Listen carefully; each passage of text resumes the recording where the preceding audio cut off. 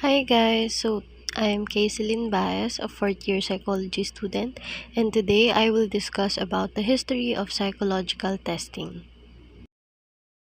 Psychological testing and assessment, a timeline spanning 2200 BCE up to the present. The history of psychological testing started at 2200 BCE. Proficiency testing is known to have been conducted in China during this time. Chinese Emperor Yushan tested for skills, intelligence, and endurance for official public roles. He periodically tested the officials every 3 years.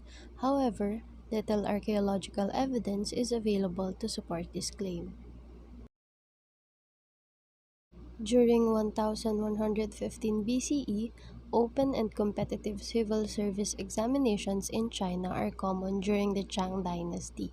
Proficiency is tested in areas such as arithmetic, writing, geography, music, agriculture, horsemanship, and cultural rites and ceremonies. During 400 BCE, Plato suggested people should work at jobs consistent with their abilities and endowments, a sentiment that will be echoed many times through the ages by the psychologists, human resource professionals, and parents.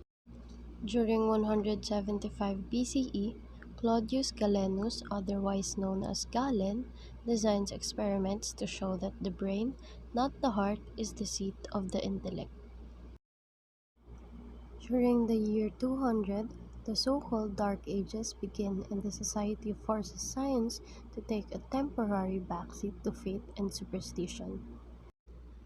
During 1484, interest in individual differences centers primarily on questions such as who is in league with Satan and are they voluntary or involuntarily. During the year 1550, the Renaissance witnesses a rebirth in philosophy, and the German physician Johann Weyer writes that those accused of being witches may have been suffering from mental or physical disorders. For the faithful, Weyer is seen as advancing Satan's cause.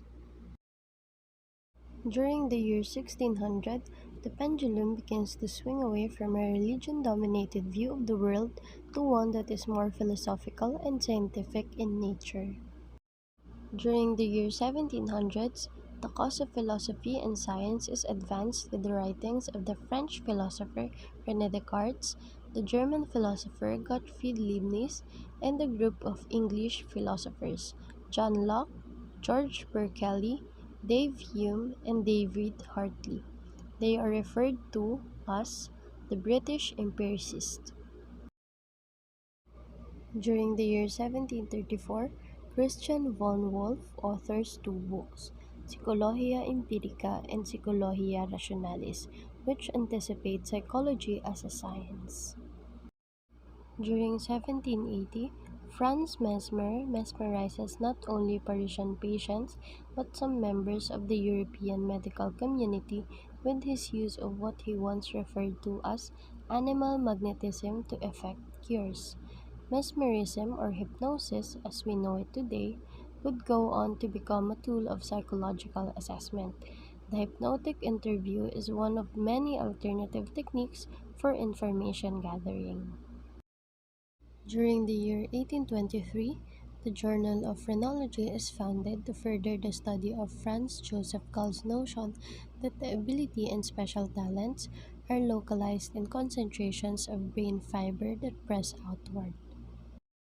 By the mid-20th century, evaluation of bumps in paper profiles would be preferable to examination of bumps on the head for obtaining information about ability and talents. During 1829, in analysis of the phenomena of the human mind, English philosopher James Mill argued that the structure of mental life consists of sensation and ideas.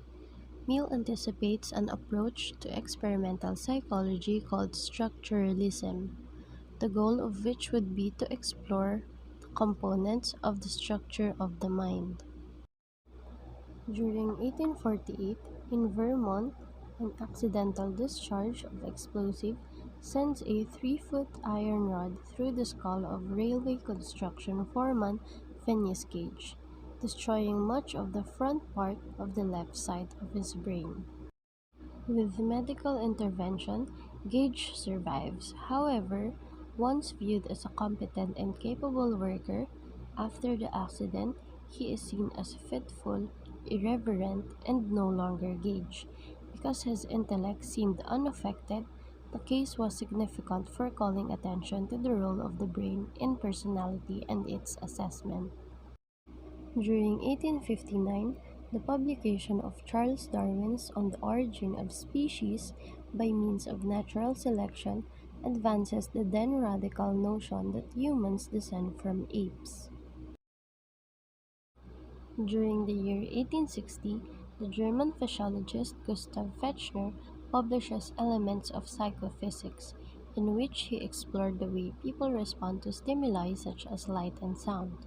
The work prompts experimentation in the areas of human and animal perception. During the year 1869, Sir Francis Galton, half-cousin to Charles Darwin, publishes Hereditary Genius, which was noteworthy for both its claim that genius is inherited and its pioneering use of the statistical technique that Karl Pearson would later call correlation. Galton would subsequently make numerous and varied contributions to measurement with his interventions and innovations. During the year 1879, Wilhelm Wundt founded the first experimental psychology clinic in Leipzig, Germany. According to him, psychology is a science in its own right, not simply a branch of philosophy. In 1885, Hermann Ebbinghaus publishes Memory, a contribution to experimental psychology, in which he describes his use of nonsense syllables to research and evaluate human memory. During the year 1890, American psychologist James Cattell coined the term mental test in a publication. He would go on to found several publications, most notably Science and Psychological Review. During 1892, psychiatrist Emil Kraepelin, who studied with Wundt, publishes research that employed a word association test. Also in 1892, the American Psychological Association is founded with 31 members, thanks primarily to the efforts of its first president, G. Stanley Hall. During 1895, Alfred Binet and Victor Henry published articles calling for the measurement of cognitive abilities such as memory, as well as other human abilities such as social comprehension. During 1896, Leitner Whitmer establishes the first psychological clinic in the United States at the University of Pennsylvania. Subsequently, in 1907, Whitmer founded a journal called Psychological Clinic. Whitmer wrote Clinical Psychology, the first article in that journal. During 1904, Charles Spearman, a student of Wundt at Leipzig, begins to lay the foundation for the concept of test reliability. He also begins building the mathematical framework for factor analysis. During 1905, Alfred Binet and Theodore Simon published a 30-item measuring scale of intelligence designed to help identify developmentally disabled Paris school children. The notion of measuring intelligence would strike a responsive chord globally. During 1910, Thorndike authored a test about handwriting. His article entitled Handwriting provides 16 handwriting samples arranged in order of merit. During the year 1912, this was the year that the now familiar term IQ or intelligence quotient came into being. William Stern devised a formula whereby mental age as determined by Binet's test was the dividend. The divisor was the test taker's chronological age, and the quotient multiplied by 100 was the IQ. During 1913, Swiss psychiatrist Hermann Rorschach, the son of an art teacher, publishes papers on how analysis of patients' artwork can provide insights into personality. In 1921, his now famous monograph, Psychodiagnostics, would evolve into a test that became an icon for psychological tests in the public eye, or the Rorschach ink blot test. During 1914, World War I serves as a boon to the testing movement since thousands of recruits must be quickly screened for intellectual functioning as well as emotional fitness. In 1916, after years of research, Lewis M. Thurman, working at Stanford University, publishes the Stanford revision of Binet-Simon Intelligence Scale. This American adaptation and revision of the test, first developed in France, would become widely known as the Stanford-Binet test. During 1920, Army Mental Test is published by Holt. This edited volume provides detailed information about the Army Alpha and Beta tests developed during the First World War. During 1926, the College Board sponsors the development of the Scholastic Aptitude Test and administers the test for the first time. During 1927, Carl Spearman publishes a two-factor theory of intelligence, in which he postulates the existence of general intellectual ability factor and specific components of that general ability. During 1931, Thurstone publishes Multiple Factor Analysis, a landmark work with impact far beyond statistical analysis. It will have the effect of focusing greater research attention on cognitive abilities. During 1933, the first edition of Test Reviews compiled by Oscar Burros, the reference work that would become known as the Mental Measurements Yearbook, is published. During 1935, Christiana D. Morgan and Henry A. Murray collaborate on what was originally called the Morgan-Murray Thematic Perception Test. This tool of personality assessment entails showing pictures to assessees who are then prompted to make up stories in response to them. During 1938, mental testing has become big business. According to the 1938 Mental Measurements Yearbook, at least 4,000 different psychological tests are in print. During 1939, David Wechsler introduces the Wechsler-Beloov Intelligence Scale, designed to measure adult intelligence. The test would subsequently be revised and transformed into Wechsler Adult Intelligence Scale. During 1940, World War II prompts an accelerated need for means to screen military recruits.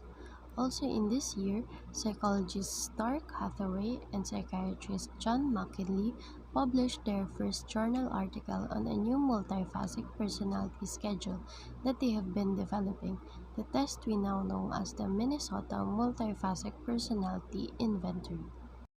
During 1941, Raymond B. Cattell, with the benefit of factor analysis, introduces a theory of intelligence based on two general factors.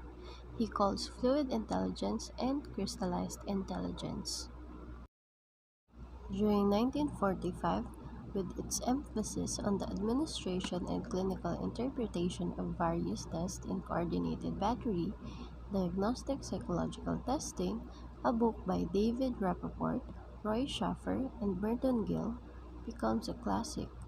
Although clinically compelling, it is criticized for its lack of statistical rigor. During 1948, with authorship attributed to Office of Strategic Services Assessment Staff, the landmark book Assessment of Men is published. During 1951, Lee Cronbach develops coefficient alpha to measure test reliability. Cronbach's formula is a modification of KR20. Conceptually, Cronbach's alpha calculates the mean of all possible split-half test correlations, correlated by the Spearman-Brown formula. During 1952, the first edition of the American Psychiatric Association's Diagnostic and Statistical Manual is published. Revisions and controversy would follow. During 1954, APA publishes technical recommendations for psychological test and diagnostic techniques. a document that would evolve into periodically revised standards. Also in this year, Swiss psychologist Jean Piaget publishes an original and influential work on the development of cognition in children. During 1957, The Psychology of Careers by psychologist Donald Super compels both professional and lay readers to consider the reciprocal effects of personality and career choice. During 1958, the National Aeronautics and Space Administration is formed and an evaluation program is launched to select 7 astronauts for Project Mercury. Psychological tests administered to candidates would include MMPI, the Rorschach, the Thought, and the Wise. During 1961, based on the same underlying premise as the Rorschach, but designed to be an improvement in terms of psychometric soundness, the Holtzman inkblot technique is published. During the year 1962, the beginning of the practical application of biofeedback can be traced back to this year, when research provided evidence that human subjects are capable of producing certain types of brainwaves on command. During 1963, Stanley Milgram publishes Behavioral Study of Obedience in the Journal of Abnormal and Social Psychology and makes a momentous contribution to psychology. During 1965, Fred Canfer publishes Behavioral Analysis in the Archives of General Psychiatry. During 1968, Walter Mischel's book Personality and Assessment prompts psychologists to question the extent to which personality traits are consistent across situations. During 1973, Arnold A. Lazarus published an article entitled Multimodal Behavior Therapy, Treating the Basic Id in the Journal of Nervous and Mental Disease. During 1974, amid a welter of competing scoring system for the Rorschach, John E. Exner Jr. publishes what he terms the comprehensive system for administering, scoring, and interpreting the now famous inkblot test. During 1975, in his Manual for the Vocational Preferences Inventory, John Holland proposes a classification system consisting of 6 personality types based upon corresponding interest pattern. During 1976, Paul T. Costa Jr. and Robert R. McRae embark on a research program that begins with an analysis on the 16PF. Research would lead to their Big Five concept and the development of their own test of personality, the Neo-Pi-R.